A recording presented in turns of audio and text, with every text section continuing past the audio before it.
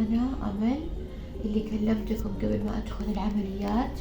ما شاء الله تبارك الله، أنا طلعت من العمليات ما حسيت لا بدوخة لا بتعب لا باستفراغ ولا شيء. ياسمين معاي، الدكتور شافني، كنت في الإفاقة مرتاحة مبسوطة. أول مرة بحياتي أكون نفس هذا الإحساس، مو تعبانة مو طايحة ما في ولا شيء.